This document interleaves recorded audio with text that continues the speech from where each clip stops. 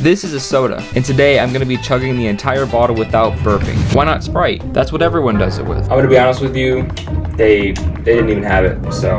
The challenge is pretty easy to understand. Drink it and don't burp.